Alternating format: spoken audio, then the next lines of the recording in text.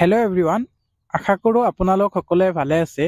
আজি আপোনালোকৰ third grade আৰু ফ'ৰ্থ গ্ৰেডৰ কাৰণে কেইটামান অতিকৈ গুৰুত্বপূৰ্ণ প্ৰশ্ন উত্তৰ লৈ আহিছোঁ আপোনালোকৰ মাজত। ভিডিঅ'টো স্কিপ নকৰাকৈ চাব, আপোনালোকৰ পৰীক্ষাৰ কাৰণে খুবেই সহায় হ'ব। আৰু আপুনি যদি প্ৰথম চাই আছে ভিডিঅ'টো, তেতিয়াহ'লে পেজটো ফ'ল' কৰি ল'ব, লগতে ভিডিঅ' এটা শ্বেয়াৰ কৰি দিব। চ' আহক দেৰি নকৰি কি কুৱেশ্যন আছে আমি আলোচনা কৰোঁ। প্ৰথম কুৱেশ্যন আছে, প্ৰথম সাধাৰণ নিৰ্বাচন কেতিয়া অনুষ্ঠিত হৈছিল? প্ৰথম সাধাৰণ নিৰ্বাচন কেতিয়া অনুষ্ঠিত হৈছিল? উত্তৰ 1952 চনত প্ৰথম সাধাৰণ নিৰ্বাচন অনুষ্ঠিত হৈছিল। মনত ৰাখিব 1952 চনত। কুৱেশ্যন নম্বৰ 2, ভাৰতৰ ৰাষ্ট্ৰীয় সংগীত কি? ভাৰতৰ ৰাষ্ট্ৰীয় সংগীত কি? উত্তৰ ভাৰতৰ ৰাষ্ট্ৰীয় সংগীত হ'ল জন গণ মন হ'ল ভাৰতৰ ৰাষ্ট্ৰীয় সংগীত। মনত ৰাখিব। কুৱেশ্যন নম্বৰ 3, গৌতম বুদ্ধই কিমান বছৰ ধৰ্ম প্ৰচাৰ কৰিছিল?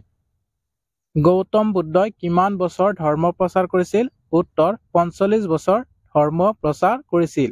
মনত ৰাখিব, গৌতম বুদ্ধই 45 বছৰ ধৰ্ম প্ৰচাৰ কৰিছিল।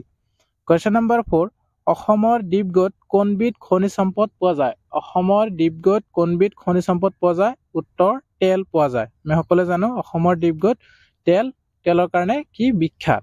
কুৱেশ্যন নম্বৰ 5, কৰ্ণাটকৰ কোলাৰ খনিবোৰ কিহৰ কাৰণে বিখ্যাত? কৰ্ণাটকৰ কোলাৰ খনিবোৰ কিহৰ কাৰণে বিখ্যাত? উত্তৰ সোণৰ কাৰণে বিখ্যাত। মনত ৰাখিব, কৰ্ণাটকৰ কোলাৰ। কুৱেশ্যন নম্বৰ 6, বাচন বৰ্তন প্ৰস্তুতকৰণত ব্যৱহৃত খনিজ ধাতুবিধৰ নাম কি? বাচন বৰ্তন প্ৰস্তুতকৰণত ব্যৱহৃত খনিজ ধাতুবিধৰ নাম হ'ল কপাৰ। মনত ৰাখিব, কপাৰ। কুৱেশ্যন নম্বৰ 7, পদ্মশ্ৰী বঁটাৰে সন্মানিত হোৱা প্ৰথম খেলুৱৈজন কোন আছিল? পদ্মশ্ৰী বঁটাৰে সন্মানিত হোৱা প্ৰথম খেলুৱৈজন কোন আছিল? উত্তৰ গৌস্পাল আছিল। মনত ৰাখিব, পদ্মশ্ৰী বঁটাৰে সন্মানিত হোৱা প্ৰথম খেলুৱৈ। কুৱেশ্যন নম্বৰ 8, মহিলাৰ বিশ্বকাপ ক্ৰিকেট কেতিয়া আৰম্ভ হৈছিল? মহিলাৰ বিশ্বকাপ ক্ৰিকেট কেতিয়া আৰম্ভ হৈছিল? উত্তৰ 1973 চনত মহিলাৰ বিশ্বকাপ ক্ৰিকেট আৰম্ভ হৈছিল। মনত ৰাখিব, 1973 চনত। কুৱেশ্যন নম্বৰ 9, অৰ্জুন বঁটা বিজয়ী প্ৰথম ভাৰতীয় ক্ৰিকেটাৰজন কোন আছিল? অৰ্জুন বঁটা বিজয়ী প্ৰথম ভাৰতীয় ক্ৰিকেটাৰজন আছিল ছালিম দুৰাণী। মনত ৰাখিব, ছালিম দুৰাণী আছিল। এটা শ্বেয়াৰ কৰিব অনুগ্ৰহ কৰি, আৰু পেজটো যদি ফ'ল' কৰা নাই ফ'ল' কৰি ল'ব। কুৱেশ্যন নম্বৰ 10, হকী বল এটাৰ ওজন কিমান? হকী বল এটাৰ ওজন হ'ল 53/4 আউন্স। মনত ৰাখিব, 53/4 আউন্স। কোন চনত ভাৰতে হকীত প্ৰথমবাৰ অলিম্পিক স্বৰ্ণ পদক লাভ কৰিছিল? কোন চনত ভাৰতে হকীত প্ৰথমবাৰ অলিম্পিক স্বৰ্ণ পদক লাভ কৰিছিল?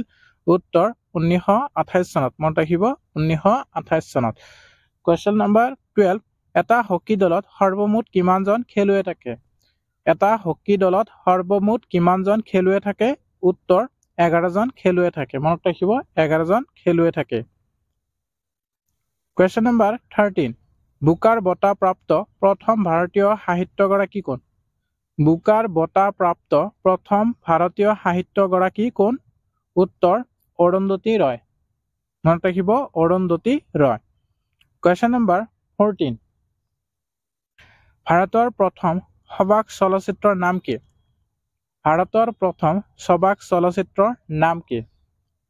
ভাৰতৰ প্ৰথম সবাক চলচ্চিত্ৰৰ নাম আপোনালোকে কমেণ্ট কৰি জনাব। কুৱেশ্যন নম্বৰ 15, বিষুৱ ৰেখাৰ দুৱাৰ পাৰ হোৱা একমাত্ৰ নদীৰ নাম কি? বিষুৱ ৰেখাৰ দুৱাৰ পাৰ হোৱা একমাত্ৰ নদীৰ নাম কি? উত্তৰ জাইদে নদী। চ' 15টা কুৱেশ্যন আলোচনা কৰিলোঁ। ভিডিঅ'টো চাই কেনেকুৱা লাগিল জনাব। যদি